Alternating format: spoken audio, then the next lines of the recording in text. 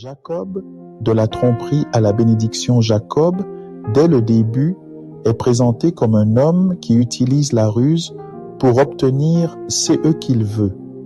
Pour obtenir la bénédiction d'aîné, il est prêt à tromper pour atteindre ses objectifs.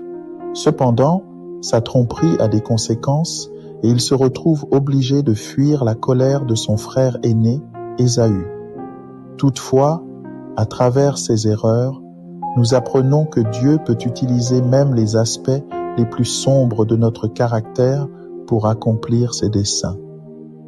Malgré ses imperfections, Dieu n'abandonne pas Jacob. Au cours de sa fuite, Jacob rencontre Dieu à Béthel.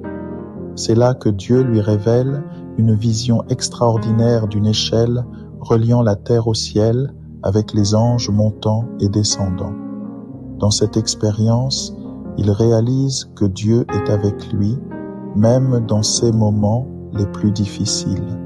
Il reçoit la promesse divine d'une descendance nombreuse et de la bénédiction de toutes les nations.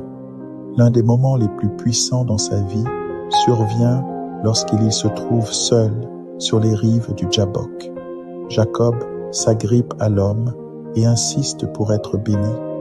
En réponse, l'homme change le nom de Jacob en Israël, signifiant « celui qui a lutté avec Dieu et avec les hommes et qui a prévalu ».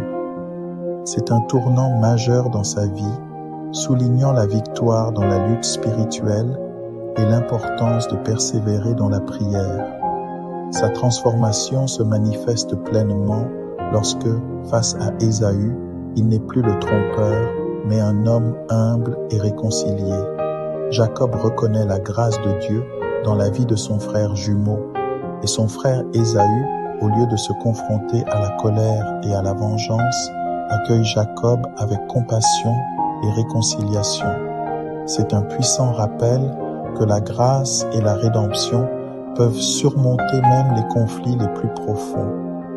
La vie de Jacob nous enseigne que même au milieu de nos luttes, erreurs et quêtes égoïstes, la grâce de Dieu peut nous transformer.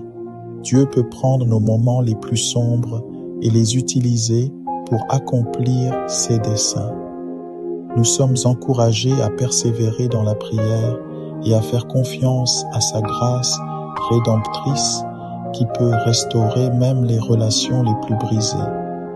Que l'histoire de Jacob serve de source d'inspiration pour chacun de nous, rappelant que Dieu peut prendre nos luttes et les transformer en victoire.